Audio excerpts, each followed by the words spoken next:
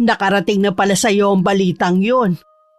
Siguro kay Presi mo nalaman, no? Ako rin naman ang nagsabi sa kanya eh. Ay oo naman.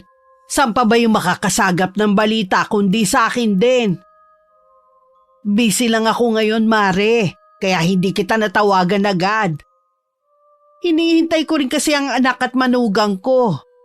Dapat nga kanina pa sila nandito eh. Ma. Uy, Sherwin, Veronica, nandyan na pala kayo. Sandali lang ha, magpapaalam lang ako kay Maring Nanet. Hello Mare, tsaka na lang tayo mag-usap ha.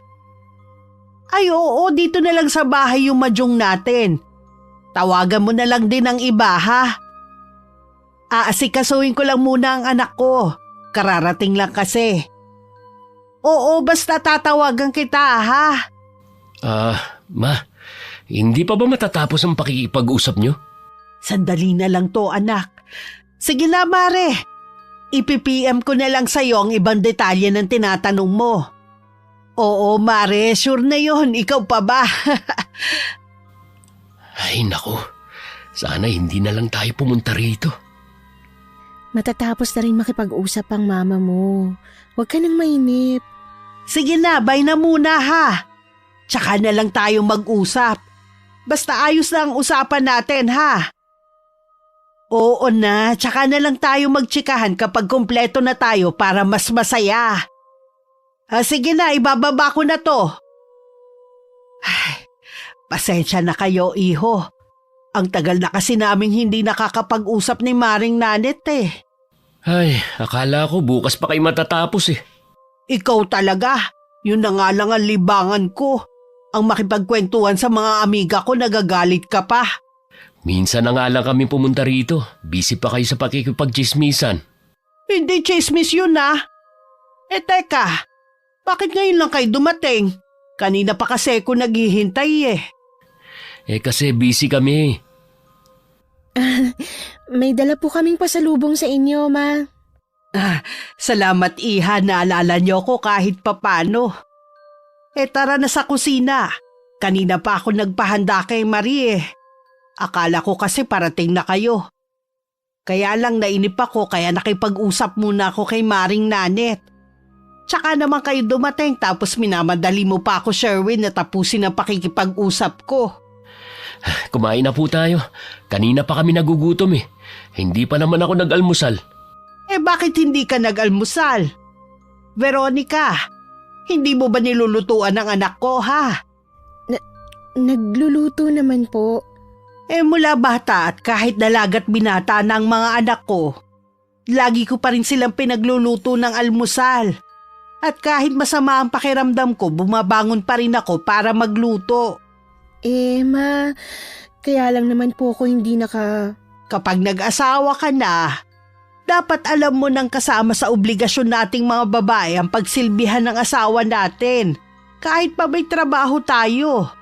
Ma, ngayon lang naman na hindi. Teka lang iho, mamaya na nagsasalita pa ako eh. Ikaw, Veronica, matagal na kayong kasal ng asawa mo. Hanggang ngayon ba hindi mo pa alam ang obligasyon mo? Alam ko naman po, kaya... Yun naman pala Dapat hindi na mauulit na hindi kakain ng almusal ang asawa mo. Opo, Ma. Mabuti naman. O tayo na sa kusina. Nagugutom na rin ako kanina pa Mabuti pa nga po. Parang lalo ako nagutom sa mga sinabi niyo Likas na sa iba ang pagiging madaldal at hindi nauubusan ng sasabihin. Yun nga lang iba-iba rin ang ugali ng mga tao. Hindi lahat kagigiliwan ng pagiging madaldal. Minsan may dulot din itong kapahamakan sa atin. Magandang araw, Miss Gwen. Tawagin niyo na lamang akong Veronica. 31 years old. May asawa at isang anak. Gusto ko pong magbahagi ng aking karanasan na may kinalaman sa kababalaghan. Na may ilang taon na rin ang nakakalipas. Sana katulad din ng iba ninyong istorya, kapulutan din ito ng magandang aral ng inyong tagapakinig. Sigurado na maninibago ka kapag nasa bahay ka na lang Ilang taong ka ba naman na puro trabaho eh? Yan nga rin pong sabi ni Sherwin sa akin, Tay. Sana nga makabuo na kayo. 5 taon na din kayo mag-asawa eh. Yun nga po ang dahilan kung bakit tumigil na ako sa pagtatrabaho. Tinutukso na nga po ako ng mga kaibigan ko eh. Yung iba kasi, bagong kasal lang, nabuntis na agad. Huwag mo sanang mamasamay ng sasabihin ko ha. Bakit hindi niyo subukan magpatingin sa doktor? Para malaman kung sinong may diferensya sa inyo. Sinabi ko na po yan kay Sherwin. Sabi niya, wala daw sa lahi nilang baog. Sa atin din naman na. Ang sa akin lang naman, baka may ibang dahilan. Baka po na sa atin ang problema, Tay. Lagi kasi akong pagod sa trabaho eh. May nagpayo sa amin na kaibigan na subukan ko daw po na magpahinga muna sa trabaho para ma-relax ako. Gusto ko na rin magkaapo sa iyo pero ayoko naman na madaliin ka. Hindi katulad ng biyenan mo. Wala na yatang bukang bibig kundi apo. Nag-iisa lang po kasing lalaki si Sherwin eh. At lahat ng kapatid niya may mga anak na. Naunahan pa nga po kami ng bunso niyang kapatid na 2 taon pa lang nakasal, may anak na. Huwag ka maiinggit sa kanila. Darating din ang para sa inyo ng asawa mo. Alam ko naman po yun.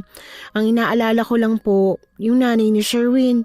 Kinukulit niya na po ako na magkaroon ng apo sa amin eh. Tsaka, nakakaedad na rin po ako. Baka mas lalo na akong mahirapan sa pagbubuntis kung mas pipiliin ko pa rin ang trabaho ko. May punto ka rin naman. Basta kahit ano pa maging desisyon mo, nandito lang ako para suportahan ka. Salamat, Tay. Kayo po talaga lagi ang nagpapalakas ng loob ko. Bakit nga pala kailangan pumisan pa sa inyo ng biyenan mo? Kasi po, Tay, nakasanla pala yung bahay ng biyenan ko. Kinukuha na po nung taong pinagsanlaan niya. Nagulat nga po si Sherwin. Pati yung mga kapatid niya. Ha? Saan daw ginamit ang pera? Hindi nga po namin alam eh. Tuwing tinatanong siya ni Sherwin, nahihilo o di kaya nahihimatay. Ngayon ko lang nalaman na artista pala ang biyenan mo. Oo nga po.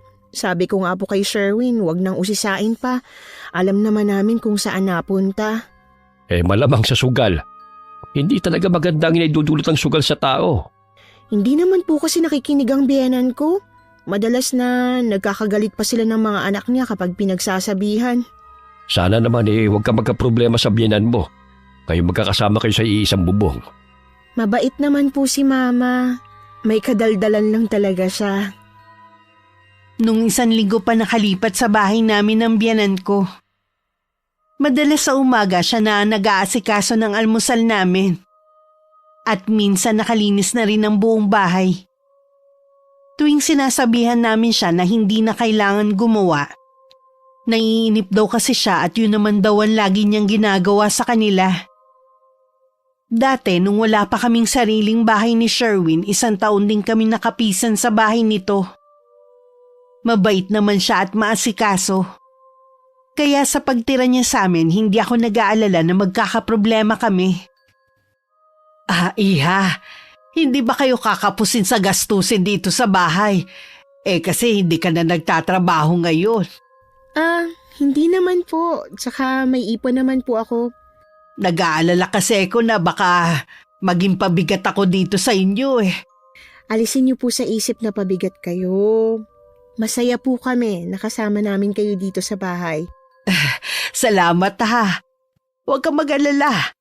Tutulong naman ako sa mga gawain sa bahay niyo eh.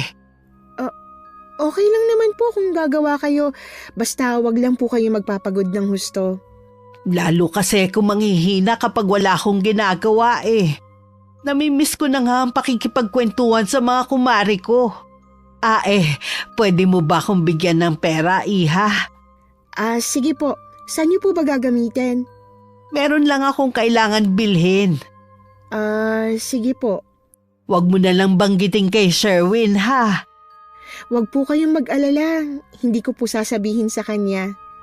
Tsaka Iha, ayos lang ba kung mag-iikot-ikot ako sa lugar ninyo? Ayos lang naman po. Mahigit 1 linggo na kasi ako dito sa bahay eh. Wala man lang ako nakikilala. Gusto ko kasing magkaroon ng mga kaibigan dito. Mukha namang mababait ang mga taga rito eh. Mababait naman po. Kung gusto nyo ipapakilala. Palagay ko magugustuhan ko na tumira rito. Kahit papano kasi presko ang hangin na tahimik din. Hindi katulad sa tinirhan ko ng ilang taon. Magbubukan liwayway pa lang maririnig mo na ang ingay ng mga kapitbahay. May mga estudyante kasi na inaasikaso kaya ang ingay ng bibig nung nanay na kapitbahay ko. Ganun po yata kapag nanay na. Paano kasi ang bata pa nung nanay 5 na ang anak. At sunod-sunod pa ang edad at lahat nag-aaral na. Yung asawa naman nakikipamasada lang ng tricycle. Kulang talaga ang inuuwing pera dahil halos napupunta lang sa boundary. Kaya maaga pa lang nagbubunga nga na yung babae. Kawawa naman po palang sitwasyon nilang mag-anak. Kasalanan naman nila yun Nag-asawa sila ng maaga at nag-anak pa ng marami. Kaya swerte nyo ni Sherwin at nasa tamang edad na kayo nung magpakasal. Yun nga lang hanggang ngayon wala pa rin kayong anak. Kawawa din kayo dahil paano pagtanda nyo? Dapat kahit isa man lang magkaanak kayo. Sayang naman ang lahi nyo, no? Siguradong maganda at gwapo ang magiging anak ninyo. Yun nga pong dahilan kung bakit po ako tumigil sa trabaho. Sana nga mabuntis ka na ngayong taon. Huwag mo nang paabutin ng 30 ang edad mo. Baka kasi mahirapan ka na tapos bago mo pa mapalaki ang anak mo. Pareho na kayo nirarayuman ni Sherwin. At ako baka nakaratay na ako sa higaan. O kaya wala na ako sa mundong to. Hindi naman po siguro ako aabot sa ganoong edad bago kami magkaanak. Hindi tayo nakakasiguro sa bagay na yan. Dapat gumagawa ka rin ng paraan kung paano mapapadali ang pagbubuntis mo. Sinubukan nyo na bang sumayaw sa ubando, ha? O di kaya magdasal sa mga patron na sina San Pascual Bailon, Santa Clara, at Our Lady of Salambao.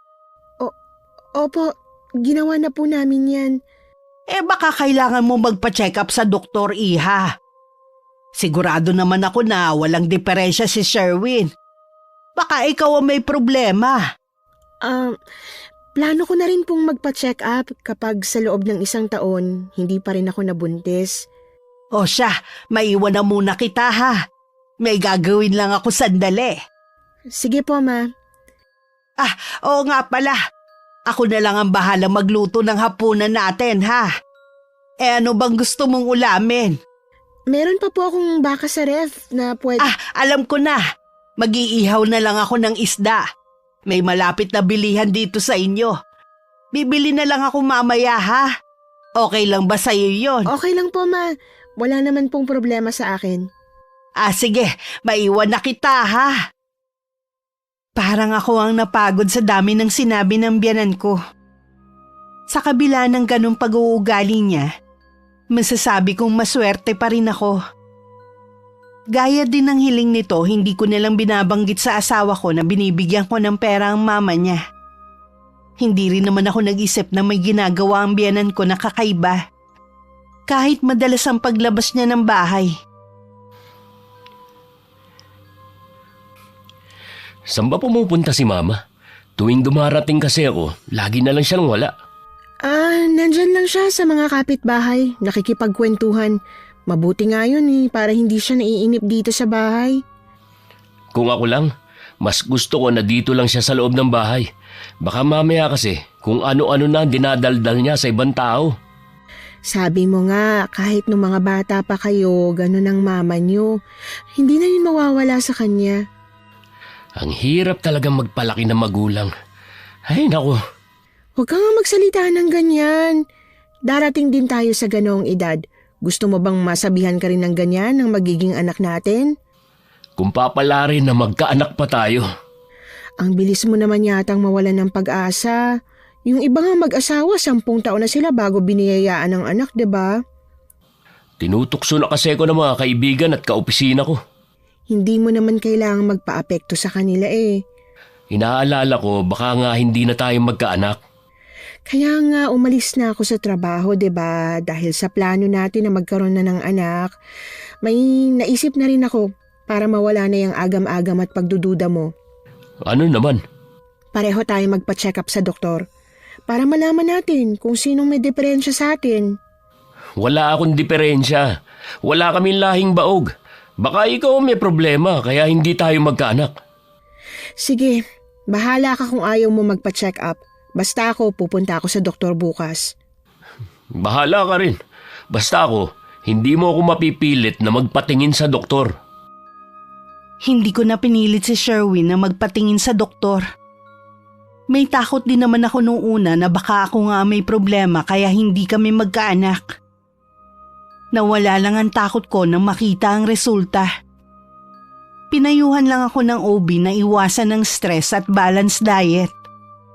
Pwede ang isa rin daw dahilan kung bakit hindi ako mabuntis dahil sa pagod sa trabaho. Ang mahalaga naman sa akin wala akong diferensya. Gusto ko sanang sabihin kay Sherwin. Pero minabuti ko munang ilihim. Inaalala ko rin kasi ang mararamdaman niya. Nitong mga huling araw napapansin ko ang madalas na pag-uwi ng maaga ni Sherwin. Madalas din siyang tumambay sa labas ng bahay. Ang dahilan naman niya nagpapahangin lang siya na hindi ko binigyan ng ibang kahulugan. Kaya pala nawiwili si Mama sa labas ng bahay dahil masarap kakwentuhan ng mga kapitbahay natin. Kaya ba pati ikaw nawiwili na rin?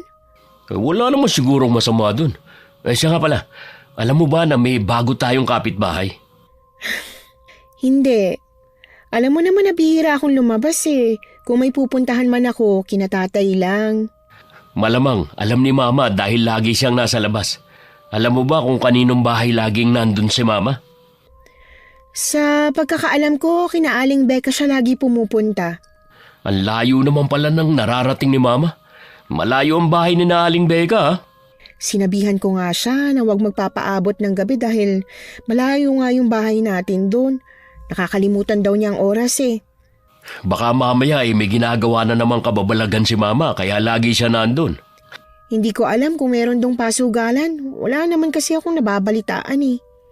Paano? Lagi ka lang nagkukulong dito sa bahay. Alam mo naman na kailan lang ako pumirmi dito sa bahay. Hindi naman siguro masama kung gusto ko lang mag-relax muna. Siya nga pala. Nakapagpatingin ka na ba sa doktor?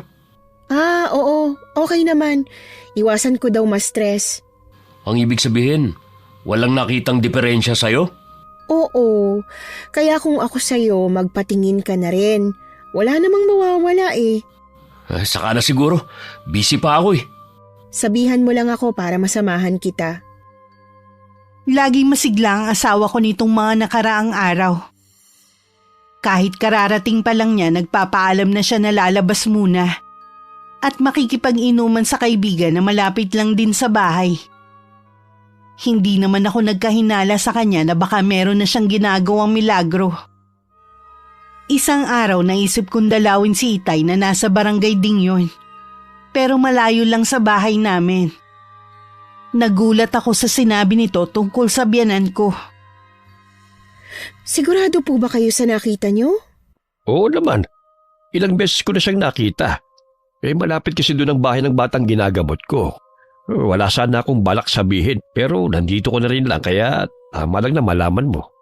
Si Mama talaga. Doon niya siguro dinadala yung perang binibigay ko.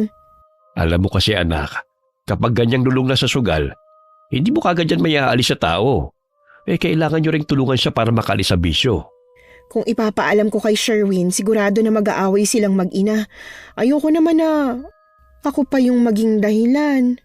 Kilala naman ni Sherwin ang kanyang ina. Ang gawin mo, kausapin mo muna si Balae, baka makinig sa'yo. Ganun na nga pong gagawin ko. Kaya pala tinatapos na niya mga gawain sa bahay at lumalabas na. Isa rin siguro sa dahilan yung naiinip ang biyanan mo sa inyo. Ako nga rin po naiinip pero naghahanap na lang ng mapaglilibangan. Hindi po biro na mapirmi lang sa bahay. Hindi naman ako sanay. Hindi ka pa rin ba nagdadalang tao? Hindi pa po eh. Nagpatingin na rin po ako sa doktor. Wala pong problema sa akin. Si Sherwin kaya? Ayun po, nagmamatigas pa rin. Ay, bahala na nga siya. Plano ko, kapag sa loob ng 1 taon hindi pa rin ako mabuntis, babalik na ako sa trabaho. Mag-usap muna kayo ng asawa mo tungkol sa bagay na yan. Lagi naman po kami nag-uusap. Ang iniisip ko ngayon, si Mama. Kung sakali na malaman ni Sherwin ang ginagawa ng mama niya, ano kaya ang pwede niyang gawin? Malamang po paalisin niya si Mama sa bahay. Baka patirahin niya daw po sa bahay ng isa sa mga kapatid niya. Ayaw naman po doon ng mama niya kasi nga po, mga manugang lang ang may trabaho. Mas maganda pa rin po ang buhay niya sa amin. Ang mabuti pa, kausapin mo ang biyenan mo. Sabihin mo sa kanya na hindi niya pwedeng gawin dito yung ginagawa niya dati. Habang nag-uusap nga kami ni Itay, dumating ang isa kong kapatid. Napasarap ang kwentuhan namin kaya madilim na nang maalala ko ang oras. Nagmamadali na ako noon umuwi. Malapit na ako sa bahay nang mapansin ko ang parang anino malapit sa gate. Nang malapit na ako, bigla yung nawala.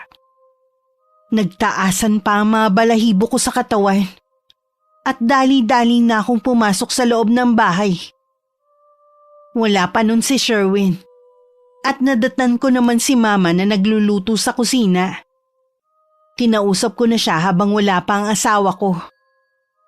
Lumarawan naman sa kanya ang gulat at hindi makatingin sa akin ng diretso. Nakikiusap ako sa iyo, Iha. Huwag mo tong sasabihin kay Sherwin, ha? Wala po akong balak sabihin sa kanya, Ma. Pero sana po, tigilan niyo na po yung ginagawa niyo. Naglilibang lang naman ako eh. Naiinip kasi ako dito sa bahay. Tsaka, maliit na halaga lang naman ang pinangsusugal ko eh. Kahit na po. Diyan sa maliit na halaga nag-uumpisa ang pagkalulong sa sugal eh. Tsaka po, baka meron magsabi kay Sherwin. May mga kaibigan po dito ang asawa ko. Pangako, Iha, hindi na ako laging magsusugal. Basta wag mo lang akong pagbawalan. Tsaka hindi naman sa lahat ng pagkakataon nagsusugal kami. Pero Mama… Lahat gagawin ko, Iha. Basta wag mo lang akong pagbawalan, ha? Sige po. Pero mangako kayo na hindi na mauulit ang nangyari noon, ha? Magkano lang naman ang ibinibigay mo sa akin eh. Pinagkakasya ko lang yun. Pangako din na unti-unti ko na rin aalisin. Pero wag mo naman akong biglain. Sige po. Dumating na yata si Sherwin. Maiwan ko po muna kayo, Ma. Sasalubungin ko lang pong asawa ko. Paglabas ko ng bahay, nakita ko na nasa may gate si Sherwin. Sinabi lang niya na may dumaan na kakilala at binati lang niya. Bigla ko naman naalala ang nakita kong anino kanina. Nakaramdam na naman tuloy ako ng pangingilabot. Sa hapunan iniisip ko pa rin ang nakita ko. Binasag naman ng asawa ko ang kanina pang namamayaning katahimikan. May nangyari ba dito sa bahay habang wala ako? Wala naman, Iho. Bakit mo naman naitanong? Galing nga pala ako kanina kay na Itay. Kumusta naman sila ron? Okay naman sila. Ginabi na nga ako ng uwi ngayon dahil dumating si Danica. Napasarap ang kwentuhan namin. Ayos lang naman na dalawi mo sila. Alam ko naiinip ka na rin dito sa bahay. Ako rin, Iho, naiinip na dito sa bahay eh. Halos araw-araw naman kayong maalis ah. Ano nga palang ginagawa niyo kina Aling Becca? Nakikipagkwentuhan lang naman. Baka naman meron na kayong ginagawang milagro ah. Grabe ka naman, Iho. Ano naman ang gagawin ko sa kanila? Kilala ko kayo. Kahit saan kayo pumunta, laging nangangate kamay nyo na magsugal. Kahit tanungin mo pa si Becca kung anong ginagawa namin doon. Sa tingin ko naman hindi na uulit si Mama. Hayaan na lang natin siyang maglibang. Inaalala ko lang baka mamalaya na lang natin na nakasanla na ang bahay natin. Hindi naman ganun kakapal ang mukha ko para pakialaman ng buhay nyo. Mabuti naman po. Sa kwarto namin mag-asawa, hindi agad ako nakatulog. Hindi pa rin maalis-alis sa isip ko ang nakita ko. Bata pa lang kasi ako noon, bukas na ang third eye ko. Minsan nga napagkakamalan na akong may sira sa ulo noon at weirdo ng mga kaklase ko. Dahil sa kung ano-ano ang nakikita ko. Nasa high school na ako noon nang maisipan ni Itay na isara ang third eye ko. Dahil nagiging sagabal na yun sa akin. Gusto nila ni inay na maging normal ang buhay ko. Mula nga nun wala na akong nararamdaman o nakikita pa. Ngayon na lang ulit. Posible kaya na nabuksan ulit ang third eye ko? Dahil sa iniisip ko, hindi ko na alam kung anong oras ako nakatulog. Kinabukasan walang pasok si Sherwin, kaya hindi ako gumising na maaga para asikasuhin siya. Wala silang mag-ina sa loob ng bahay. Naisip kong baka nasa labas. Nagtimpla lang ako ng kape at saka lumabas ng bahay. Nakita ko pang pumasok ng gate namin ng asawa ko at mukhang masaya. Oh, mabuti, gising ka na. Nauna na kaming kumain ni Mama. Maaga kasi siyang umalis eh. Saan siya nagpunta? Doon sa kapatid ko. Mamayang hapon naman nandito na rin siya. Ah, talaga? May kausap ka ba sa labas? Oo, yung kapitbahay natin. Meron lang tinanong sa akin. Bakit nga pala tinanghali ka ng gising ngayon? Hindi kasi ako nakatulog kagabi eh. Bakit? May problema ba? Hindi ko kasi alam kung paano sasabihin eh. Ngayon ka pa mag-aalangang magsabi matagal na tayo nagsasama.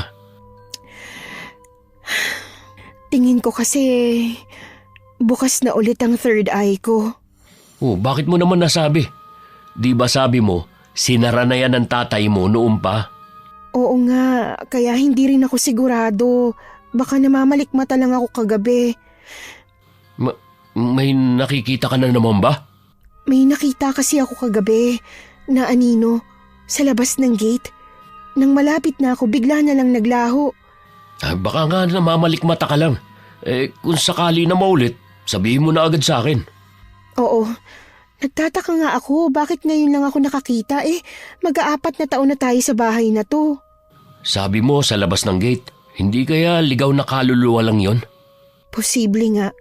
Tatanungin ko na lang kay Itay kung posible bang bumukas ulit ang third eye pagkatapos ng ilang taon. Hindi pa nga tayo sigurado kung totoo nga ba nakita mo o namamalikmata ka lang. Ano, hindi ko na muna sasabihin? Oo, saka na lang. Kapag sigurado na tayo. Kapag nagsabi ka, sasamahan kita. Gusto ko rin kasing marinig ang sasabihin niya. Sana nga namamalikmata lang talaga ako. Alam mo namang takot ako na bumalik na naman yung dati na kung ano-anong nakikita ko. Huwag kang matakot. Nandito ako. Lagi ko na lang aagahan ng uwi. At saka nandito naman si Mama eh. Nang sumunod na gabi, nakita ko na naman ang itim na anino. Napatili na lang ako at tinawag ko si Sherwin. Lumabas naman siya ng gate namin at matagal din bago bumalik. Ngayon ako nakakasigurong bumalik na nga ang third eye ko. Nakitaan ko naman ng simpatsya ang biyanan ko dahil ganun din daw ang nasira nitong asawa. Mabuti na nga lang daw walang nagmana sa mga anak niya. Naiintindihan kita, Iha. Nung nabubuhay pa nga ang asawa ko lagi ko yun namumura kapag sinasabi niyang nakakakita ng nilalang na hindi namin kauri. Nagtataka naman po ako kung bakit bumalik ulit ang third eye ko. Matagal na ito naisara ni Itay. Hindi kita masasagot sa bagay na yan, Iha. Baka po naligaw lang yun dito sa atin. Kasi sa labas naman lagi nakikita ni Veronica eh. Pwede rin naman. Tsaka mabuti kung walang makakaalam. Alam mo naman ng mga tao. Hindi naman katulad natin na naiintindihan ang kalagayan ng asawa mo. Nakikiusap po ako sa inyo, Mama. Itikom niyo ang bibig niyo sa mga bagong kakilala niyo sa lugar na ito. Maaasahan mo ko sa bagay na yan, Iho. Alam ko naman ang hindi dapat sabihin sa iba, no? Bukas magpapausok ako para itaboy kung ano bang nilalang yun. Mabuti pa nga, Iho. Kahit ako kasi kinikilabutan na rin Para tuloy ayoko na umuwi ng gabi. Hindi naman kayo dapat nagpapagabi sa labas hindi kaya kayo nagdala dito ng nilalang na yun? Baka sumabay nung umuwi kayo. Tumahimik ka nga dyan. Huwag mo kong pagbibintangan dahil wala akong third eye para magsama ng hindi nating kauri. Ngayon lang kasi nangyari to Matagal na po kami sa bahay na to. Ngayon lang may nangyaring ganito. Tigilan mo nga ako, ha? Hindi na ako natutuwa sa mga sinasabi mo. Huwag mo namang sisihin si Mama. Wala naman siyang ginagawang masama eh. Tama. Ikaw talaga, Sherwin. Wala nang respeto sa akin bilang nanay mo. Pasensya na, Ma. Nadala lang ako eh. Ewan ko sa'yo. Mula nang tumira ako sa bahay na to pakiramdam ko nag-iba na ang trato mo sa akin. Ano bang nagawa ko sa'yo, ha? Ma, Nagagalit ka pa rin ba dahil sa pagkakasanla ng bahay natin? kahit sino naman, Bahay naman namin yun ng papa niyo, ha? Wala kang karapatan na magalit sa akin. Huwag mo sanang kakalimutan na dahil sa akin kaya ka nasa ganyang kalagayan. eto na naman kami. O ayaw mo na pinagsasabihan ka? Porke matanda ka na at may sariling trabaho. Pwede ba, Ma? Ang pinag-uusapan natin, yun nangyayari kay Veronica. Bakit kailangan mo isingit ang sa inyo? Nakakainis ka na kasi yung mga sinasabi mo sa akin. Humingi na po ako ng pasensya eh. Nagdadrama pa kayo. Kita mo nga yung pananalita mo sa akin. Bahala ka na nga sa buhay mo. Hindi mo na nga talaga ako kailangan dahil matanda na kayo. Wala nang may kailangan sa akin. Ma, sandali lang po. Huwag muna kayo umalis. Hayaan mo na muna ang mama mo. Magpapalipas lang yun ang sama ng loob. Ikaw naman kasi, alam mo namang maramdamin si Mama kung ano-ano pang sinabi mo. Nakakainis na minsan ang kadramahan niya eh. Ganun talaga ang matatanda.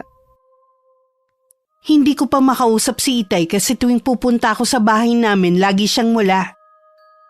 Sabi ng kapatid ko, laging sinusundo para manggamot. Nagbilin na lang ako na kung pwede si tatay na lang ang pumunta sa bahay kapag hindi na siya busy. Habang pauwi ako, napansin kong iba ang titig sa akin ng mga tao. Titingin sa akin tsaka magbubulungan pagkatapos. Ramdam kong ako ang pinag-uusapan nila. Hanggang sa makita ko ng mga tsismosa nagkukumpulan sa tabi. Malakas nilang pinarinig na ako nga ang pinag-uusapan nila. Sa sobrang hiya, mabilis na akong umuwi. Nang umuwi si Sherwin, sinabi ko sa kanya ang tungkol sa mga nalaman ko. Tingin sa akin ang mga tao dito. Nababaliw na dahil kung ano-ano daw ang nakikita ko. Malamang si Mama na naman ang nagpakalat niyan. Kahit kailan talaga, hindi niya mapigilan ang kadaldalan niya. Huwag ka mag-alala. Kakausapin ko si Mama pagdating niya. Ano nang gagawin natin? Huwag mo nalang pansinin ang sinasabi ng ibang tao. Wala naman silang ambag sa buhay natin eh. Kung magpapa-apekto ka, lalo ka na lang nilang pag-uusapan. Mali nga yata na tumigil ako sa trabaho. Akala ko ba gusto mo na magkaanak tayo? Tapos ngayon nagsisisi ka na, umalis ka sa trabaho? Mas lalo kasi ako nasistress dito sa bahay. Nakakainip na nga ang maghapon. Tapos makakarinig ka pa ng hindi maganda sa paligid mo. Kaya nga, wag mo na lang silang pansinin. Wala lang silang magawa. Kung gusto mo, paalisin na lang natin dito si Mama. Magagawa mo yun sa sarili mong ina. Pwede naman siyang tumira sa bahay ng isa kong kapatid eh. Ikaw lang kasi ang inaalala ko. Hindi yan ang nakikita kong solusyon. Likas na sa mama mong pagiging madaldal. Siguro, ang gawin na lang natin, huwag na tayo magkwento ng tungkol sa nangyayari sa atin para wala na siyang mapagsabihan. Sige, kung yan ang tingin mong makakabuti, basta magsabi ka lang kapag napuno ka na ha. Ayoko naman na nahihirapan ka sa sarili nating bahay dahil kay Mama. Nandyan na yata si Mama. Narinig ko may nagbukas ng gate eh. Dito ka muna sa kwarto. Kakausapin ko lang si Mama. Tumangulang ako at saka lumabas ng silid namin si Sherwin. Inayos ko naman ang pagkakahiga ko. Nakakaramdam kasi ko ng pagkahilo kahit nakahiga na ako. Ilang araw ko na itong nararamdaman. Siguro sa ilang araw na lagi akong puyat. Hindi ko rin maiwasan na mainis sa ibang tao. Wala nang ang simpatya sa kapwa nila pag chichismisan pa talaga ako. Naiiling na lang ako. Pumikit na lang ako at baka sakaling mawala ang hilong nararamdaman ko. Di ba sinabihan ko na kayo, Ma, na huwag kayo magpapaabot ng dilim sa labas? Pasensya ka na, iho. Napasarap kasi ang kwentuhan namin ng mga kaibigan ko eh. Kwentuhan o tsismisan? Pareho lang yun. Teka nga lang, bakit magalit ka na naman? Bakit kailangan nyo pang ipagkalatan nangyayari kay Veronica? Pinag-uusapan tuloy siya ng mga tao. Pasensya ka na, iho. Nakalimutan ko kasi. May nagtanong kasi sa akin minsan kung bakit daw narinig nila ang malakas na tili ng asawa mo. Kaya ayun, nasabi ko. Naman, napapahiya ang asawa ko eh. Tingin ng mga taga rito na babaliw na ang asawa ko dahil sa nakikita niya. Hindi talaga kayo nag-iisip eh. Hindi ko naman sinasadya, iho eh. Lagi naman kayong ganyan eh, pero inuulit nyo pa rin. Promise anak, hindi na talaga mauulit. Ay hindi na po talaga, dahil oras na inulit nyo pa, maaalisin ko na kayo dito sa bahay namin. Magagawa mo ba talaga yun sa akin, ha? Hindi naman kasi kayo mapagsabihan eh, perwisyo na kayo. Hindi na nga lang ako lalabas ng bahay para hindi na ako makagawa ng pagkakamali. Hindi ko akalain na makakatulog pala ako. Hindi ko na rin namalayan ang pagpasok sa silid namin ni Sherwin para gisingin ako. Nakahanda na kasi ang hapunan namin. Nang makitang tulog na tulog ako, hindi na lang niya ako inabala. Kinabukasan naman nagising ako na masama ang pakiramdam. Pinagpahinga na lang ako ng asawa ko. Baka dala lang daw yun ang nalaman ko kaya mabigat ang pakiramdam ko. Gusto ko na rin sanang bumangon pero nakakaramdam pa rin ako ng hilo na ipinagtataka ko na.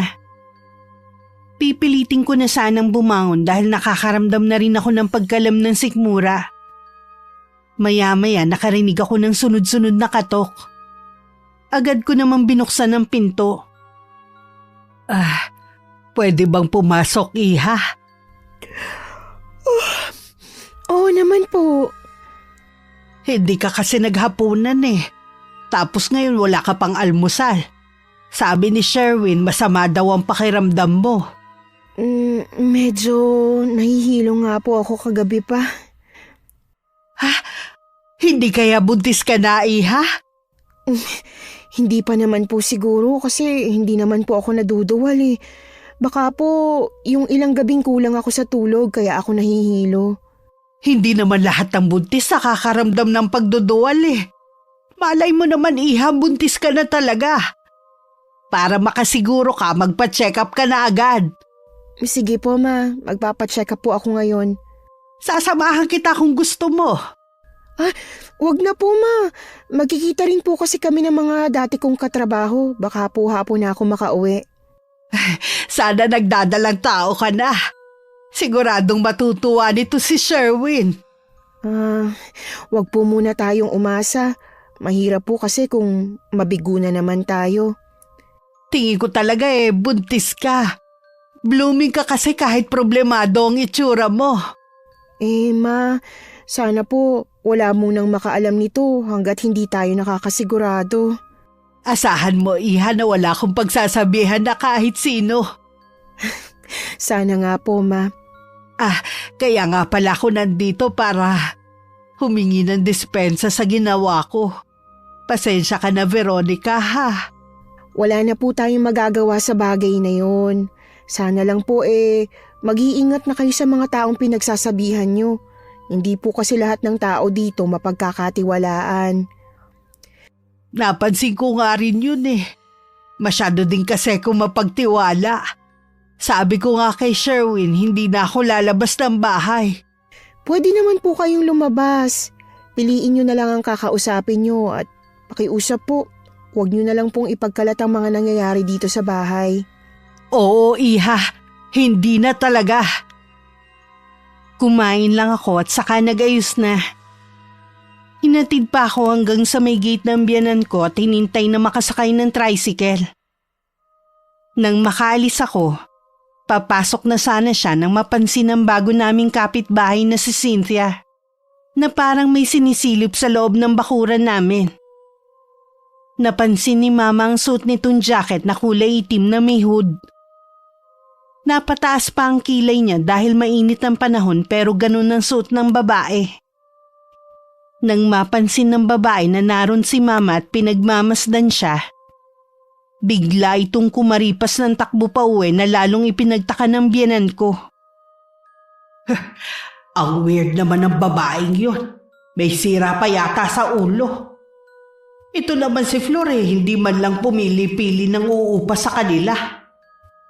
Ay naku, muntik ko na makalimutan. May papanoorin pa pala ako. Baka nag-uumpisa na. Nawala na rin naman sa isip ng biyanan ko ang kapitbahay naming si Cynthia. Dahil alam niyang mamayang hapon pa ako uuwi, iginugol na lang niya ang panahon sa panonood ng TV. Doon na rin siya nakatulog sa sofa. Bandang hapon naman dumating si Itay sa bahay. Ilang beses kasi siyang bumalik sa bahay. Lagi akong wala. Anong oras kaya uuwi si Veronica? Ang sabi lang niya baka hapon. Pagkatapos kasi ng check-up niya makikipagkita pa siya sa mga dati niyang katrabaho. Check-up? May sakit ba ang anak ko? Ay bala Ilang araw na kasing nahihilo si Veronica Baka buntis na ang anak mo. Ganun ba? Sana naman totoong buntis na nga siya. Ang tagal na nilang gusto magkaanak ni Sherwin Naiinip na nga rin ako kung kailan ba ako magkakaapo sa kanila. Alam ko ganun ka rin. Siya nga pala. Ano nga bang sadya mo kay Veronica ha? Gusto ko lang naman kasing malaman kung bakit niya ako gustong makausap. Sabi kasi ng kapatid niya parang importante kaya ako na lang ang pumunta rito. Baka dahil sa third eye ng anak mo. Ano ang tungkol doon? May palagay kasi si Veronica na baka bumalik ulit ang third eye niya. Kung ano-ano kasi ang nakikita niya Matagal ko nang naisara ang third eye niya. Kaya imposible na mabuksan ulit yun. Ilang araw na nga siyang balisa at takot na takot. Naiintindihan ko naman ang nararamdaman niyang yun. Kung hindi mo kasi na itatanong, may third eye din ang asawa ko. Mabuti na nga lang hindi namanan ng mga anak ko. Baka naman... sabi ng anak mo nakakakita siya ng aninong itim sa may gate at makuran namin tuwing gabi. Kapag pupuntahan naman ni Sherwin, wala naman nakikita. Matagal na sila sa bahay na ito Bakit ngayon lang nangyari na may nagpapakita sa kanya? Ikaw ba'y may nakikita o nararamdaman na kakaiba? Wala naman dahil wala akong third eye. Iba na nga ang tingin ng mga tao sa anak mo Anong ibig mong sabihin bala Kasi bala nalaman ng mga taga rito na nakakakita si Veronica. Alam mo naman ng ibang tao. Hindi naman lahat naniniwala sa ganyang kababalaghan. Paano kaya nila nalaman na may nangyayari sa kanya? Hindi ko alam. Siguro meron siyang napagsabihan. Tsaka dito sa lugar niyo walang lihim na maitatago. Baka naman ikaw lang ang nagkalat niyan. Hindi Bakit ko naman gagawin yun? Kahit nagkaila pa ang biyanan ko, alam naman ni Itay na hindi siya nagsasabi ng totoo. Hindi na rin naman nagtagal ang aking ama at may kailangan pa siyang puntahan ng araw na yun bago siya umuwi. Nangako na lang siyang babalikin na bukasan para makausap niya ako. Dahil matagal na ang huli naming pagkikita ng mga dati kong katrabaho na libang kami sa kwentuhan. Hindi ko na namalayan ng oras. Ganun kasi ko kapag nawiwili sa pakikipag-usap. Nang makauwi, nandun na ang asawa ko. Mukhang nawili ka sa pakikipagkita sa mga kaibigan mo Oo nga po. Pasensya na po. Sabi ni Mama, nagpa-check up ka rin daw? Akala ko kasi makikipagkita ka lang sa mga kaibigan mo. Oo kasi... kasi madalas siyang nahihilo. Kaya sabi ko baka buntis na ang asawa mo. O ano buntis ka na nga ba? Magsalita ka naman. Huwag mo naman kami paghintayin. Ma, hindi kasi makasingit sa inyo si Veronica Pagsalitain niyo muna siya. Hindi po ako buntis. Mababa daw po ang dugo ko kaya nakakaranas ako ng pagkahilo. Okay lang yan, mahal. Baka sa susunod buntis ka na. Akala ko pa naman magkakaapo na ako. Pasensya na po kayo, Ma, kung umasa kayo. Nakita ko sa mukha ni Sherwin na dismayado rin siya na malaman na hindi ako buntis. Binanggit din ng biyanan ko na galing nga sa bahay namin si Itay. Nung gabing yun naisipan kong magpahangin sa terrace. Sandaling nawala sa isipan ko ang nakikita ko sa gate namin. Dahil masarap ang hangin, naupo muna ako doon. May ilang minuto na siguro akong naroon nang maramdaman ko na parang merong nagmamasid sa akin. Nagsitayuan na rin ang mga balahibo ko sa katawan. Pagsulyap ko sa may madilim na bahagi ng gate, naroon na naman yung nakaitim na nilalang. Napasigaw na lang ako ng malakas. Sigurado ako sa nakita ko. Mas malinaw yung figura niya ngayon at nakatingin siya sa akin. Hindi ko lang makita yung mukha niya pero sigurado ako. Sigurado ako na nakatingin siya sa akin dahil nakaharap siya sa direksyon ko. Kailangan na siguro natin magpatawag ng pare para mabindisyonan tong bahay ninyo. Oo, gagawin po natin yan. Magpapatawag tayo ng pare. Mas lalo yata akong na-stress dito sa bahay. Matatapos din ang problema natin. Huwag ka na umiyak. Kita mo nga takot na ang asawa mo, yan lang ang sasabihin mo. Ano pa ba ang gusto nyo? Ginalugad ko na ang buong bakuran. Hanggang labas ng gate. Wala naman ako nakita. Siguro mas maigi kung maglalagay ka ng ilaw sa bahaging yon para maliwanag. May poste naman po sa labas. Hindi nga umaabot ang liwanag dito sa gate nyo Mabuti pang lagyan mo na lang. Oo ma, gagawin ko po kapag may oras ako. Mabuti pa, Iha, magpahinga ka na sa kwarto ninyo. Iwasan mo na lang na lumabas kapag ganitong gabi na. Hinatid lang ako ni Sherwin sa kwarto namin at nagpaalam na lalabas muna. Meron lang daw siyang titingnan. Kahit nagbilin siya na magpahinga na ako, hinintay ko pa rin siya ng 2 oras. Pero hindi pa rin siya bumabalik. Hanggang sa inantok na rin ako. Kinabukasan kahit mabigat ang katawan, bumangon pa rin ako para ipaghanda ng almusal si Sherwin. Gising na rin ng mga sandaling yun ng biyanan ko na agad akong kinumusta. Okay naman na po ang pakiramdam ko. Sigurado ka ba na okay ka na? Oo naman. Basta sa lalong madaling panahon, lagyan mo na ng ilaw ang parteng yon. Kahit kasi ako natatakot na rin Baka po mamaya o bukas ko lagyan. O paano? Alis na ako. Tapos ka na ba agad kumain? Oo, baka malate din kasi ako sa trabaho Mag-iingat ka ha. Iha, pagkatapos nating mag-almusal, pwede ka muna magpahinga. Hindi na po ma. Gusto ko sanang maglakad-lakad sa labas. May gusto lang akong tingnan. Sigurado ka, Iha? Opo. Di sige, sasamahan na rin kita. Sa may bakuran lang naman kami hanggang sa labas ng gate. Tumayo ako mismo kung saan ko nakita ang nakaitim na nilalang na yon. Hindi ko na alam kung anong iisipin ng mga sandaling yon. Pakiramdam ko lalong nagulo ang tahimik kong buhay kung kailan napirme ko sa bahay. Binasag naman ng biyanan ko ang pananahimik ko. Kilala mo na ba si Cynthia, Iha? Ayun yung babaeng nakatingin dito. Kilala ko lang po sa mukha. Cynthia po pala ang pangalan niya. Ewan ko ba, mabigat ang dugo ko sa kanya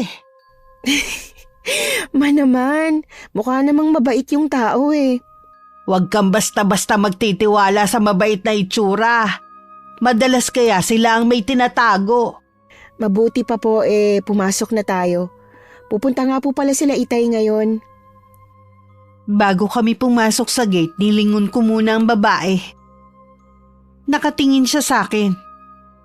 Ngumiti ako pero wala siyang reaksyon. Dahil hindi ko naman kilala ang babaeng yun, hindi ko siya masyadong inisip. Pero hindi si Mama. Kita talaga sa kanya na ayaw niya dun sa babae. Sabi ng mga kakilala ko dito sa lugar nyo, Mailap daw talaga ang Cynthia na yon. Para bang takot sa tao? Tsaka, bakit naman niya naisip na dito mangupahan? Ang dami naman sa ibang lugar. Baka po dito niya nagustuhan sa lugar natin. Sabi niyo nga, tahimik ang lugar namin at mababait naman ang mga tao. Hindi ko lang kasi maiwasan na magtaka Dahil malayo ang lugar na to sa pinapasukan niyang trabaho. Ano po bang trabaho niya? Waitress daw sa isang restaurant. Isa pa yan sa pinagtataka ko Ang mahal kaya ng upa niya sa bahay. Magkano lang ang sahod sa trabaho niya? Di ba nakakapagtaka yun? Malay niyo naman po marami siyang racket. Iba talaga ang kutob ko sa babaeng yun. Bakit ka naman natatawa? Daig niyo pa po ang naglilihi Halata na mainit ang dugo niyo sa tao kahit wala namang masamang ginagawa sa inyo. Aalamin ko kung anong tinatago ng babaeng yon. Ay naku ma, hayaan niyo na lang po siya. Gusto ko lang naman malaman kung taga saan ang babaeng yon. Hindi ko naman siya guguluhin Hinayaan ko na lang si Mama kung ano ang gusto niyang gawin. Mag-isa na lang ako sa bahay. Hindi ko alam kung magtatagal ba si Mama sa labas. Ilang sandali lang naman dumating na rin si Itay. Nagmano muna ako sa kanya at saka ko siya dinala sa terrace.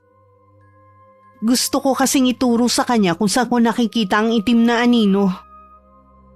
Sarado ng third eye mo kaya imposible na meron ka pang nakikita. Tsaka sabi mo, dito ko lang nakakaramdam. Ano po kayang nakikita ko? Wala akong nararamdaman na kahit na ano Hindi po kaya nasisiraan na ako ng bait? Huwag mo sabihin yan. Sigurado na merong paliwanag ang nangyayari sa'yo. Kailangan mo lamang maging matapang.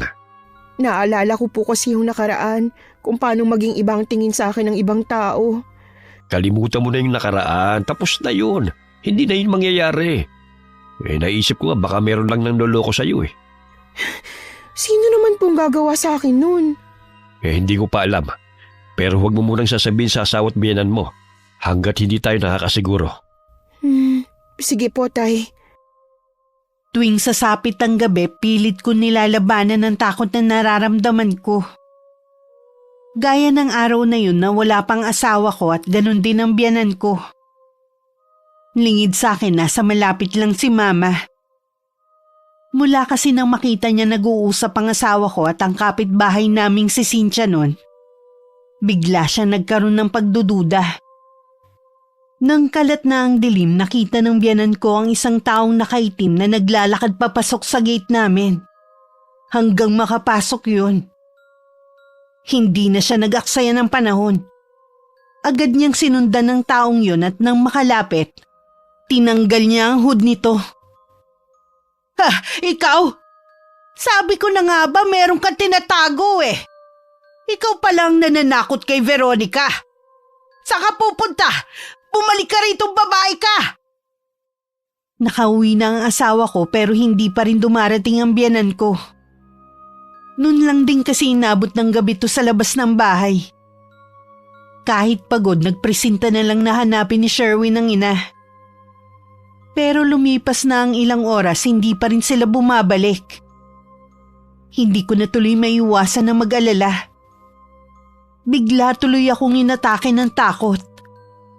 Tinawagan ko na si Itay na kung pwede pasamahan ako sa bunso kong kapatid. Pero nagulat ako sa sinabi niya na ipapasundo niya ako. At wag na muna akong magtanong. Alam niyo po ba kung nasaan ang asawa ko at biyanan? Alam mo bang may ibang babae ang asawa mo? Po? Imposible pong sinasabi niyo. Sino po bang nagsabi niyan sa inyo? Mismong biyanan mong nakahuli sa babae ng asawa mo at umamin na ito sa panloloong ginagawa niya sa inyo. Katrabaho po ba ni Sherwin yung babae niya? Hindi, Iha. Magugulat ka sa malalaman mo. Nasa malapit lang ang babae ng asawa mo. Ang mismong kapitbahay niyo na si Cynthia. Ang babaeng yun? Hindi ko maintindihan. Paano sila nagkaroon ng relasyon? Ayon sa babaeng yon, may 1 taon na raw silang magkarelasyon. Lumipat daw siya dyan para magkalapit sila. Baka raw kasi magtaka ka kung palaging gagabihin ng uwi ang asawa mo dahil sa pagkikipagkita sa kanya. Mga hayop sila! May dapat ka pang malaman, anak. Kahit ako, gusto ko silang durugin sa ginawa nilang yun sa'yo. Ano pa pong ginawa nila? Yung nakikita mo na nakaitim, si Cynthia yon. Pinapalabas lang nila na bumalik na yung third eye mo para pagtakpan ng panloloko nila sa'yo. Pinaniwala ka nila na may nakikita ang ibang nilalang para hindi mo mahuli si Sherwin kapag lumalabas siya ng gabi. Kaya pala ang tagal niya minsang bumalik. Ginawa pa nilang dahilan ng pagkakaroon ko ng third eye. Paano nila ako nagawang paglaruan?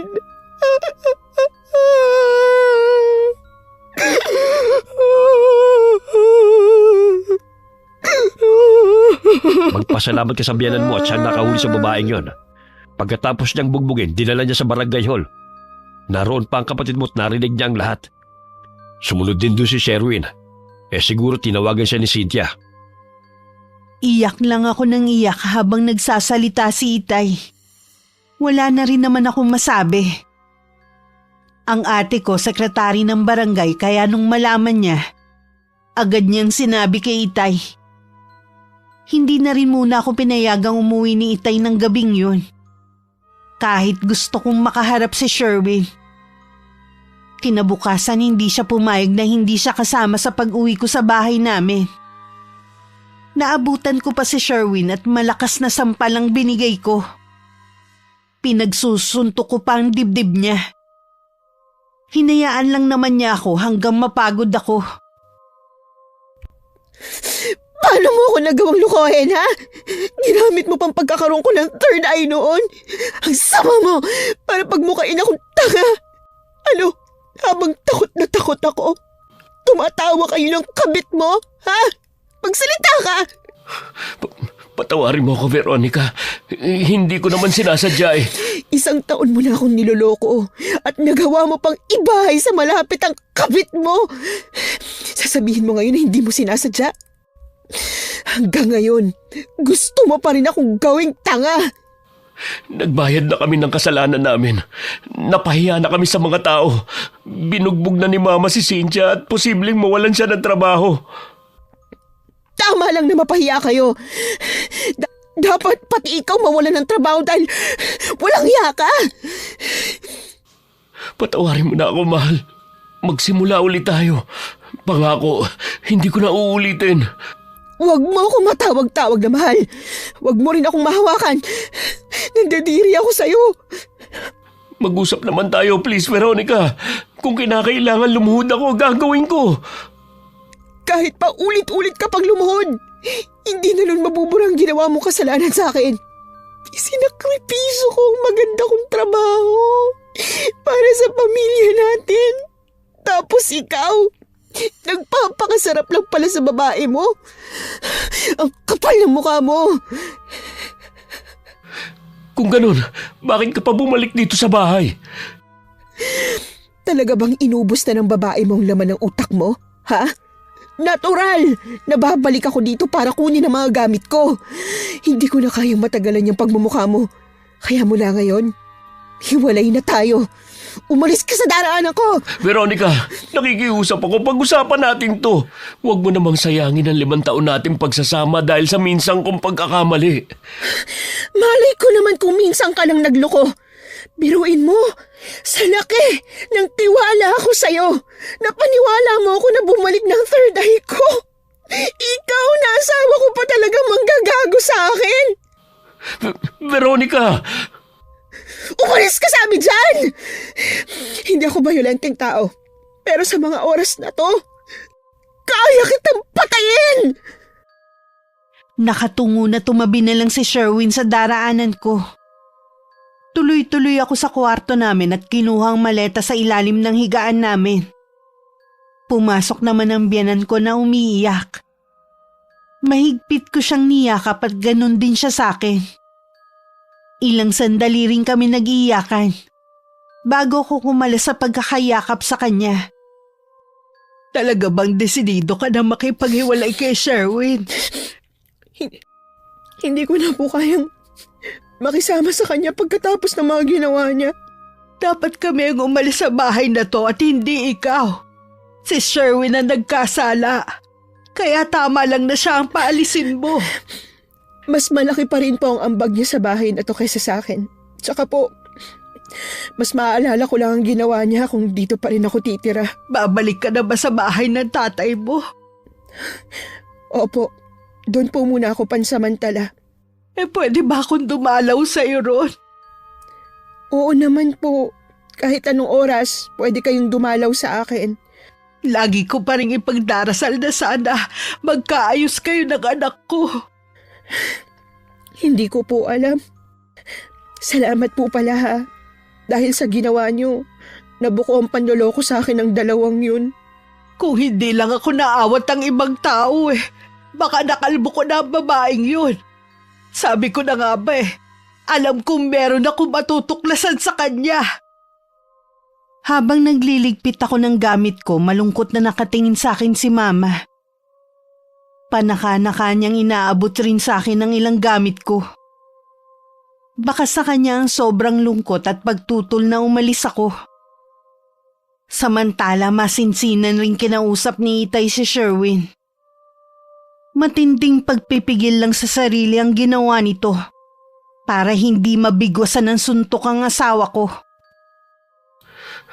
Patawarin niyo ako, Tay. Hindi ko po talaga sinasadya. Mahal na mahal ko po ang anak niyo. Nakikiusap ako sa inyo, kausapin niyo si Veronica. Ayoko masira ang pamilya namin. Ang kapal naman ng mukha mo para makiusap sa akin. Ikaw ang sumira sa pamilya mo. Wala kang aasahan sa akin. Inaamin ko naman po na nagkamali ako. Natukso lang ako dahil wala nang panahon sa akin si Veronica. Pinagsisisihan ko na po ang ginawa ko. May pagkakataong ka na putulin na ang relasyon nyo ng babaeng yon. Pero anong ginawa mo? Ibinahay mo pa siya sa malapit. Pinagmukha nyo pang tanga ang anak ko. Lahat po gagawin ko para mapatawad niya lang ako. Panahon na lang ang makakapagsabi kung mapapatawad ka pa namin. Tayo na po, Tay. Huwag na po kayong mag-aksaya ng panahon sa lalaking yan. Veronica! Huwag mo sabi akong hawakan! Pwede na kayo magsama ng kabit mo. Malaya ka ng gawin ang gusto mo. Puno ng galit ang puso ko ng mga sandaling yon. Hindi ko alam kung magagawa ko pang magpatawad. Marami rin akong katanungan sa isip ko kung ano ba naging pagkukulang ko. Ano ang nagawa kong kasalanan para danasin ng ganitong klaseng panloloko? Para madali akong makalimot, nagtrabaho ulit ako. Mabuti na lang may bakante pang posisyon para sa akin. Isinubsob ko na lang ang sarili ko sa trabaho. Gusto ko matutulog na lang ako pag uwi sa bahay. Kapag walang trabaho, lumalabas ako kasama ng mga kaibigan para gumimik. Pinagupitan ko na rin ang mahaba kong buhok na gupit lalaki. Para ako nagre-rebelde ng mga panahon na yun. Ang ganda ng buhok mo dati. Bakit ganyang gupit pa ang napili mo? Hindi na po ba ako maganda? Para sa akin, ikaw pa rin ang pinakamaganda kong anak. Nagtataka lang ako kung bakit pati buhok mo na pagdidiskitahan mo. Masyado na po kasing mabigat sa ulo sa sobrang haba. Tsaka gusto ko na rin pong subukan ng bagong style ng buhok. Ingatan mo rin sana ang kalusugan mo. Wala ka na kasing pahinga. Tingnan mo nga ang sarili mo sa salamin. Para ka nang palito tapos ganyan pa ang buhok mo. Hayaan nyo na lang po muna ako, Tay. Ito lang po kasi ang paraan ko para makalimot Maiba nga pala ako. Mabuti nang sa akin ang manggaling kesa sa iba mo pamalaman. Tungkol po ba kay Sherwin? Yung biyena mo kasi ang hilig idaldalin nangyayari sa anak niya. Naghahabol daw yung Cynthia sa asawa mo. Hindi rin makapal ang mukha ng babaeng yun. Wala na talagang kahihiyan. Oo nga. Pero may kasalanan din naman kasi ang asawa mo Pinaasa niya ang babaeng yun. Yun lang po ba? Wala na kasi akong pakialam sa kanila Kahit tuluyan na silang magsama. Siguro sa kanila wala kang pakialam. Pero hindi sa biyenan mo. May nangyari po ba kay Mama? Gaya ng sinabi ko, naghahabol yung babae sa asawa mo. Yung pala buntis. Napuno na yata si Balay dahil sa pabalik-balik sa bahay nyo. nasaktan niya si Cynthia. Nakunan siya dahil sa pananakit ng biyanan mo. Sigurado naman ako na hindi alam ni Mama na buntis siya. Kung alam niya, hindi siya sasaktan. Huwag niyo pong sabihin na balak ng Cynthia na yun na magsampa ng kaso. Wala pa akong balita. Kaya ko to sinabi sa'yo. Baka gusto mong puntahan yung biyanan mo. Gusto ko sana kaya lang ayoko makita si Sherwin. Mlingid sa akin mula na nakipaghiwalay ako kay Sherwin, walang araw na hindi nagtatalo ang mag-ina. Kahit mabunga nga ang biyanan ko, hindi naman siya yung tipong konsentidorang ina. Gusto rin niya kasi na wag magsawa sa kakasuyo sa akin ng anak niya. Mula kasi nung bumalik ako sa poder ni Itay, hindi ko na siya hinarap. Huwag mong sabihin na pinuntahan mo ang babaeng yon. Ano? Balak ba niya akong sampahan ng kaso? Kinumusta ko lang po ang kalagayan niya. Kinausap ko rin siya na kung pwede, huwag na kayong ireklamo. Pumayag naman siya. Ang kulit naman kasi niya eh. Pabalik-balik siya rito. Tsaka malay ko ba naman ang buntis pala siya? Huwag na kayong mag-alala. Hindi na siya magpapakita sa atin. Uuwi na po siya sa probinsya nila. Mabuti naman kung ganon. Kabit lang naman siya pero ang lakas na loob niya maghabol. Pasalamat nga siya hindi kayo parehong kinasuhan ni Veronica eh. Siguro naman ngayon wala nang manggugulo sa inyo. Kaya pwede mo nang suyuin ang asawa mo. Nakakapagod na pong magpabalik-balik sa kanila. Hindi naman ako hinaharap. Hanggang ngayon galit pa rin siya sa akin. Kahit naman sinong babae magagalit ng ganon. Pero wag kang sumuko. Pagpapalamig lang po muna ako ng sitwasyon. Napapabayaan ko na po ang trabaho ko. Dito muna ako magfo-focus. Kakausapin ko rin ang asawa mo. Baka sakaling makinig siya sa akin. Sana nga po, ma. Pero kilala ko ang asawa ko. Kapag galit yun, hindi siya nakikinig kahit kanino. Susubukan ko pa rin. Kesa wala tayong gawin. Pinag-iisipan ko pa rin kung dadalawin ko ang biyanan ko. Wala na rin naman ako nabalitaan pa kung ano nangyari kay Cynthia pagkatapos niyang makunan. Nasa bahay lang ako noon. Tumanggi na ako na magyaya ang mga kaibigan ko. Para kasing napapagod na rin ako sa ginagawa ko. Mag-isa lang ako noon sa bahay at nakatingin lang sa kawalan na marinig ko ang pagtawag ng biyanan ko. Napangiti na lang ako nang makita ko siya sa may pinto. Agad ako nagmano at yumakap sa kanya. Namiss ko rin naman siya. At alam kong ganun din siya sa akin. Kumusta ka na, Iha? Bakit naman ganyan ang gupit ng buhok mo? Para maiba naman po. Sa bagay, maganda ka pa rin naman. Napadalaw po kayo. Siyempre, namiss kita. At gusto ko rin makita ang kalagayan mo. Ayos lang naman po ako at medyo busy lang po sa trabaho. Sana naman, Iha Bigyan mo pa ng isang pagkakataon ng pagsasama niyo ng anak ko. Wala na naman si Cynthia Uuwi na daw siya ng probinsya at hindi na ulit manggugulo. Kahit wala na po si Cynthia, mahirap na pong ibalik ang nawalang tiwala. Naiintindihan naman kita. Pero sa akin lang Huwag mo naman sanang isara ang puso mo para sa anak ko. Hindi ko naman sinabi na ngayon, sa mga susunod na araw o kaya buwan. Alam ko naman na mahal niyo ang isa't isa Hindi agad mawawala yun. Nangako naman si Sherwin na hindi na uulitin ang ginawa niyang kataksilan sa'yo. Hayaan niyo na po muna na maghilom ang sugat na ginawa niya sa akin. Tsaka ako po pag-iisipan ang sinabi niyo. Hindi naman na nangulit ang biyanan ko. Pinag-iisipan ko rin naman ang mga sinabi niya. Inaamin ko mahal ko pa rin si Sherwin. At hindi naman talaga yun nawala. Kaya lang laging nandito sa puso ko ang pagdududa sa katapatan niya dahil sa ginawa niya sa akin. Natatakot na ako na baka hindi na ako ulit magtiwala. Iniisip mo ba ang asawa mo? Galing po dito si Mama kanina. Umuwi na daw ng probinsya si Cynthia. Hindi na raw siya manggugulo sa amin ni Sherwin. Mabuti naman kung gano'n nabawasan ang alalahanin mo na baka nagkikita pa rin sila. Naguguluhan po ako, Tay. Anak, timbangin mo sa puso mo mga masasaya niyong sandali. Maging mga kabutihan na nagawa ni Sherwin sa nagawa niyang kasalanan. Ikaw lang kasi makakapagpasya kung tatanggapin mo pa ba siya ulit sa buhay mo. Kung ano man ang maging desisyon mo, anak, nandito lang ako para suportahan ka. Salamat po, Tay, kasi lagi kayong nandyan para sa aming magkakapatid. Kahit may pagkakataon kayo noon na mag-asawa, mas pinili niyo pa rin kami. Nangako ko sa nanay niyo nung bago siya mamatay. Kahit may basbas pa niya na pwede ako mag-asawa muli, kayo pa rin ang prioridad ko.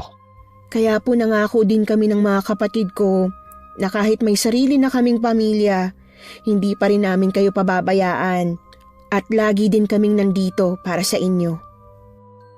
Matagal kong pinag-isipan na magiging desisyon ko kung makikipagbalikan ba uli ako kay Sherwin. Gaya ng payo ni Itay, tinimbang ko sa puso ko ang mga masasayang sandali na magkasama kami. Sa 5 taon na pagsasama namin, noon lang siya nakagawa ng kasalanan sa akin. Naisip ko baka ito na ang pagsubok sa aming pagsasama. Kung gaano katatag ang pagmamahalan namin. May iba nga kahit ilang beses pang nakagawa ng kasalanan ng mga asawa nila. Paulit-ulit pa rin nilang pinapatawad at binibigyan ng isa pang pagkakataon. Bakit hindi ang asawa ko na alam ko namang labis na nagsisisi? Kaya naman nakipagbati na ako sa kanya at muli akong pumayag na magsama kami. Natutuwa ko, Iha, at nag-aayos na kayo ng anak ko. Naisip ko po na mas matimbang yung pagmamahal ko sa kanya kaysa sa nagawa niyang kasalanan. Tsaka alam ko po na hindi niya na ulit magagawa na pagtaksilan ako. Huwag kang mag-alala. Hindi na gagawin ni Sherwin ang ginawa niya giyon. Kapag inulit pa niya, sa akin na siya manadagot. Ma, ayos lang po ba kayo? Oo naman. Bakit mo na itanong?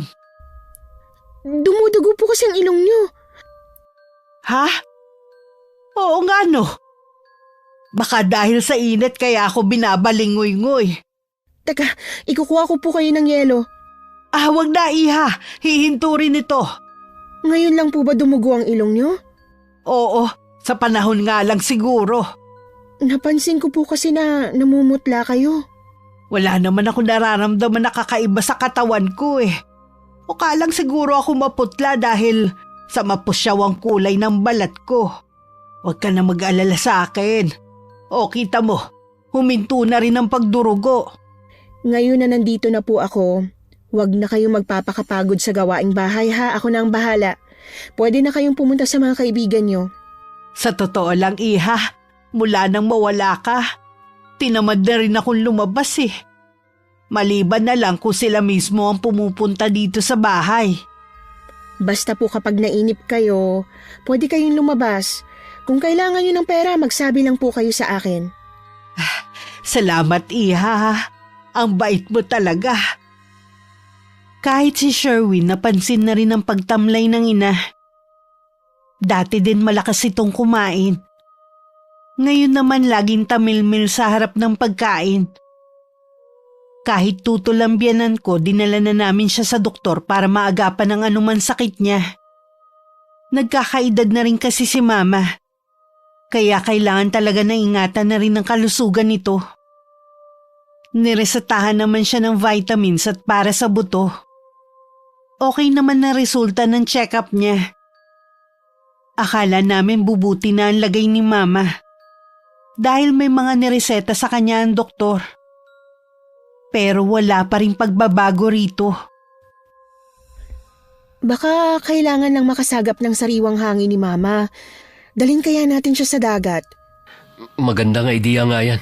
Sige, sa linggo, dalhin natin siya sa dagat. Nilulutuan ko nga siya ng mga paborito niyang ulam pero ganun pa rin eh. Wala pa rin siyang ganang kumain. Di ba sabi naman ng doktor niya, kapag naubos ang gamot at vitamins ni Mama, ibalik natin siya. Baka pwede mag-request na palitan ng vitamins niya. O kaya, Ipatingin natin kay Itay si Mama. Baka mahiyang siya sa paraan ng panggagamot ng Itay ko. Pwede rin naman. Dinala nga namin sa dagat si Mama. Natuwa naman ito dahil taon na rin nung huli siyang pumunta sa dagat. Pag-uwi namin, sumigla naman siya at bumalik na sa dati niyang gana sa pagkain. Pero makalipas lang ang 1 linggo na namlay na naman ang biyanan ko. Ibinalik namin siya sa doktor pero wala naman nakitang diferensya sa kanya. Anong nararamdaman niyo, Ma? Wala naman ako nararamdaman na kakaiba sa katawan ko eh. Kayo lang tong OA ang pag-aalala. Nakikita kasi namin ang unti-unting pagbagsak ng katawan niyo. Tapos wala na naman kayong ganang kumain. Normal lang siguro to dahil nagkakaedad na ako. Bakit naman yung tatay ni Veronica? 68 na, malakas pa rin. Ikukumpara mo na naman ako kay Balae. May herbal yata yung iniinom eh. Ma, gusto niyo po papuntahin ko dito si tatay para matingnan kayo? Wag na, iha. Nakakaya naman sa tatay mo kung aabalahin pa natin eh. Wala naman talaga akong sakit. Magsasabi naman ako kung meron ako nararamdaman. Sige na nga po, magpahinga na po kayo. Sa labas lang kami ng asawa ko. Iniwan na namin si Mama sa kwarto niya. Palaisipan din sa akin kung ano nangyayari kay Mama. Wala naman siyang sugat sa katawan para masabi na merong sumasalbahe sa kanya. Nangangayayat nga lang siya at bumabagsak ang timbang. Palagay ko doktor talaga ang kailangan ng biyanan ko. Oh, ano iniisip mo? Baka espesyalista ang kailangan ni Mama. Pa-check up ulit natin siya para malaman ang tunay niyang sakit. Tatawag na lang ako sa opisina para magpaalam na hindi ako papasok bukas. Naisip ko nga na baka may kumukulam kay Mama. Pero wala namang siyang sugat sa balat. Hindi rin naman lumalaki ang tiyan niya. At hindi rin naglalagas ang buhok. Yun kasi ang senyales na merong kumukulam sa isang tao. Dahil sa nakasaradong pinto ni Mama ako nakatingin, hindi ko na napansin ang biglang pamumutla ng mukha ni Sherwin. Bigla niya kasing naalala ang pagbabanta ni Cynthia sa kanyang ina. Sinisisi kasi ng babae ang biyanan ko dahil sa pagkakabisto sa relasyon nila ng asawa ko. Pati ang kahihiyang ibinigay ni Mama at ang pagkakalaglag ng dinadala nitong sanggol. Mali sana ang iniisip ko. Hindi naman siguro pinakulam ni Cynthia ang mama ko. Kinabukasan sapilitan na naman namin dinala sa doktor si Mama. Hindi na rin niya maitago ang inis sa amin dahil pakiramdam daw niya. Parang gusto namin na magkasakit siya. Dahil maraming test ang kailangan gawin sa kanya pati loob ng katawan, kailangan siyang maiwan sa ospital. Umuwi muna ako para kumuha ng ilan niyang gamit. Sabi kasi ng doktor baka abutin pa ng ilang araw. Nang makuha ko ang mga kailangan ko sa bahay namin, dumaan muna ako sa bahay ni na Itay. Bigla ring nag-alala si Itay nang malaman niyang nasa ospital ang biyanan ko. Bigla po kasing nanghina si Mama at nawalan din ng ganang kumain. Ang laki nga po ng binagsak ng katawan niya. Ano bang sabi ng doktor? Yung una pong doktor na sumuri sa kanya, wala naman pong nakitang sakit kay Mama. Wala naman po kasing pagbabago kaya sa espesyalista na namin siya dinala. Ano raw bang nararamdaman niya? Wala naman daw po. Nagagalit nga siya sa amin dahil OA daw kami sa pag-aalala. Kahit sino naman kasing makakakita sa kanya, iisipin talaga na may sakit siya. Sana gumaling ng biyanan mo. Sana nga at nagagalit na talaga siya sa amin. Ayaw na ayaw kasi noon na nagpapa-ospital tay. Kapag hindi pa rin makita ng doktor ang sakit niya, dalhin niyo sa akin. Baka kaya ko siyang pagalingin. Opo tay, yun naman po ang plano namin. Kung may nakita lang sana ako na senyales na merong kumukulam kay Mama, sa inyo ko na po talaga siya dadalhin Kaya lang, palagay ko doktor ang kailangan niya. Iha, minsan ang kulam hindi lang sa panlabas nakikita. Para maging mabisa yun at hindi maagapan, sa loob ng katawan nito inilalagay ang sakit. Ganun po ba, tay? Mas delikado ang ganun. Kasi may posibilidad na hindi na maagapan. Kasi nga akala ng mga nakakakita simpleng karamdaman lamang. Sige po, Tay. Pupunta na po ako sa ospital. May itatanong din kasi ako kay Sherwin. Pagdating ko sa ospital, mahimbing na natutulog ang biyanan ko. Nang sulyapan ko siya sa higaan, pakiramdam ko lalo siyang tumanda. Dahil humpak na ang pisngi at kulubot na balat. Nakumpleto na rin naman ang test kay Mama. At hihintayin na lang ang resulta bukas. May binanggit si Itay kanina. Hindi naman daw porke hindi nakikita sa balat ng tao walang kumukulam. May alam ka ba na nakagalit ng mama mo? Si Cynthia lang naman. At siya lang din ang nagbanta kay Mama. Anong klaseng pagbabanta? Naipaparanas din niya ang naranasan niyang hirap kay Mama. Hindi ko naman yun sineryoso. Lalo na umuwi na siya ng probinsya. Dapat pala talaga kay Itay muna tayo dumiretso. Kapag lumabas na ang resulta ng test kay Mama, kahit wala pang sinasabi ang doktor, ilabas na natin siya rito. Hindi ko alam kung mas gugustuhin ko na lang na may sakit ang mama mo kaysa malaman na merong kumukulam sa kanya. Kung sakali man na kinukulam si Mama, may tiwala naman ako na mapapagaling siya ng tatay mo. Oo naman. Bilin nga din ni Itay na doon na tayo dumiretso kapag nakalabas na tayo ng ospital. Pareho kaming hindi mapakali ng asawa ko. Laman ng isip ni Sherwin paano kung kinukulam nga ang kanyang ina. Walang dapat sisihin kundi siya dahil nadamay lang ang mama niya sa ginawa niyang kasalanan. Magkahalo rin ang nararamdaman ko. Dahil lang naman sa pagtatanggol niya sa akin kaya niya nagawang awayin ng kabit ng asawa ko. Alam ko namang hindi rin ito sinasadya na madamay pati ang sanggol na nasa sinapupunan ni Cynthia. Nang lumabas ang resulta gaya ng nauna, wala silang nakita na anumang sakit ni Mama. Nagmadali na rin kaming umuwi at sa bahay na lang ninaitay namin dinala ang biyanan ko. Nagtataka naman si Mama kung bakit dun namin siya dinala. Bakit dito niyo ako dinala? Wala kasi makitang sakit ang mga doktor na tumitingin sa inyo. Baka po kay tatay gumaling kayo.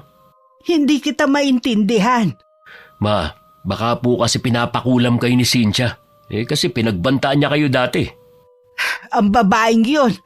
Siya na nga itong may atraso Ako pa talagang ipakukulam niya. Patawarin niyo ako, Ma. Kasalanan ko kung bakit kayo nadamay sa galit niya. Huwag mo nang isipin ang bagay na yon.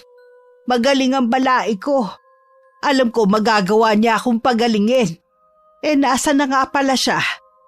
Sinundo na po siya ni Veronica. Hintayin na lang natin sila. Ano kaya ang karamdamang ibinigay sa akin ng babaeng yun? Baka nasa loob ng katawan niyo. Hindi po kasi makita sa labas Mahusay siguro yung mangkukulam na nilapitan niya. Hindi kasi natin agad nalaman Siguro ang gusto niya unti-unti akong pahirapan hanggang mamatay. Ramdam ko na kasi ang pagkaparalisa ng buong katawan ko. Konting tiis na lang, Ma. Nandyan na sila Veronica. Magagamot na rin kayo. Kahit si Itay nagulat sa nakitang itsura ng biyanan ko. Butot balat na lang kasi ito. Nakwento ko nga na hindi na ito makalakad. At napakagaan lang ng buhati ng asawa ko. Kasing gaan na lang siya ng maliit na bata. Hinawakan muna ni Itay sa noo ang biyanan ko para kumpirmahin kung nakukulam nga ito. May kumukulam nga sa'yo, Balay. Ibigay mo lang sa akin ang tiwala mo na kaya kitang pagalingin. Oo, Balae. May tiwala ako sa'yo. Bakit umiikot yata ang paningin ko? Para akong inaantok. Matulog ka na muna. Paggising mo, magaling ka na. Tama po ba na si Cynthia ang nagpapakulam kay Mama? Oo, siya mismong may kaalaman sa kulam. Susubukan ko na makipagkasundo sa kanya para itigil ang pagpapahirap kay Balae. Kasalanan ko ang lahat ng ito. Iba ang nagbayad sa kagaguhan ko. Nung una ayaw pang makipagkasundo ni Cynthia sa aking ama. Pilit siyang nagmamatigas. Pero nang magpakawala ng malakas na orasyon si Itay, Nalaman nito na wala siyang magiging laban sa taglay na kapangyarihan sa panggagamot ng aking ama. Matatalo lang siya kung magmamatigas siya. At ibabalik sa kanya ang karamdamang ibinigay niya sa biyenan ko. Sa huli, kabutihan pa rin na nagwagi. Matuli na lumipas ang 1 buwan. Bumalik na sa dati ang sigla ng biyenan ko. Bumalik na nga rin siya sa pagsusugal niya. Nangako naman ng mama mo na hindi siya magpapatalo ng malaki. Libangan lang naman niya yun eh. Siguro nga hindi na talaga magbabago si Mama. Kapag nakapanganak naman na ako, nangako siya na titigil na sa pagsusugal niya at aalagaan na lang ako at ang magiging apo niya. Sa wakas, biniyayaan na rin tayo ng anak. Pangako ni Papa, magiging mabuti akong ama sa'yo at lalo pa akong magsisipag sa trabaho para sa inyo ng mama mo. Hindi ko sasayangin ang 2 pagkakataon na binigay ng mama mo sa akin. Naniniwala ako na mas lalo pang tumatag ang pagmamahala natin dahil sa mga pagsubok na dumating sa buhay natin. Sa problema na sumubok sa aming mag-asawa, masasabi kong mas naging matatag ang aming pagmamahalan. Bagamat may ibang tao kaming nasaktan, naniniwala kong ginawa lamang siyang kasangkapan para masubok kung hanggang saan ang pananalig namin sa may kapal. Masasabi ko ring mapalad ako sa pagkakaroon ng mabait at mapagmahal na biyenan. Sa paglipas ng mga taon, mas lalo ko pang minahal at pinahalagahan ng biyenan ko, Miss Gwen. Wakas. Okay, sana nagustuhan niyo ang kwento natin ngayon. Gusto ko nga palang magpasalamat kay Miss Anne sa pag-guest niya sa kwentong ito. Huwag niyo pong kalimutang mag-subscribe din sa channel niya, sa Miss Anne Horror Stories. Marami pong salamat. Shoutout po tayo. Shoutout kay April Ingliane. Belated happy birthday kay Mirna Alfaro. Hello kay Lisa Takada from Japan. Hi kay Aslam Lisa. Hello kay Nong Puamo. Hi kay J. Roven Gutan from Tuguegarao. Hello kay Romel Moreno from Quezon Province. Hi kay Dylan from Hong Kong. Hello kay Dayan Bautista from Australia. Hi kay na Maria Reg Picache, Leila Lominoque, Jamie Picache Morales, Clarence Josh Mantala, Hazel Joy Don, Ezekiel James Don, Sabrina Jazz Don from San Jose del Monte, Bulacan. Hello kina Althea Orada, Akisha Orada, Jocelyn Acuin Baluyot, Reynaldo Baluyot, and Patricia May Baluyot from Barangay EJ Dulay, Lawang Northern. Hi kay Dara Constantino from Dubai. Hello kay Sobrevilla Marisan. Hi kay Aljon Adolacion from Bitaoyan. Shout out sa Agodo family from Antipolo. Hello kay Inang Ausa from Batangas. Hi kay Myrna at sa mga kasama niya sa Kuwait. Ingat kayo palagi dyan. Hi kay na Jude Barros, Jelian and PJ from Cabuyao, Laguna. Hi kay na Michelle Manuge at Rocky Manuge. Shoutout sa Chow Fan sa garahe na laging nakikinig. Hi kay Romalyn Lingatong from Bulacan. Hello kay Jimmy Tan from Kuwait. Hi kay Margarita Galang from Qatar. Hello kay na Jace, JC Ombao and Toledo family. Hi kay Lynn Hasegawa. Hello kay Christian Parba from Jeddah, Saudi Arabia. Hi kay Jaira de la Peña from Cagayan de Oro, Mindanao. Hello kay na Mama Rena, Nanay Ason at kay Doreen from San Mateo. Belated happy birthday kay Ruel Kadsawan ng Amira Boxes Handicrafts. Happy birthday kay Leslie Maniego from Kabulusan, Pakil, Laguna. Hello kina George Ativo at sa cute niyang apo na si Ariana Walter from Northville, San Fernando, Pampanga. Hi kay G. Gabuay na nasa Saudi at sa asawa mo na nasa Czech Republic. Shoutout sa SM MOA Men's Shoes Department Pad B. Hello sa inyo. Hello kay Leonisa Cobo. Hi kay Josefina Fuelias from Pasig City. Hello kay Prince J from Giginto, Bulacan. Hi kay Miss Anne Gray from New Zealand. Hi kay Rosemary Casonete. Hello kay Geraldine Pregua. And hi kay Risa Siasat from San Rafael, Bulacan. Marami pong salamat sa patuloy na pagsuporta at pakikinig. Ingat. God bless. Nakarating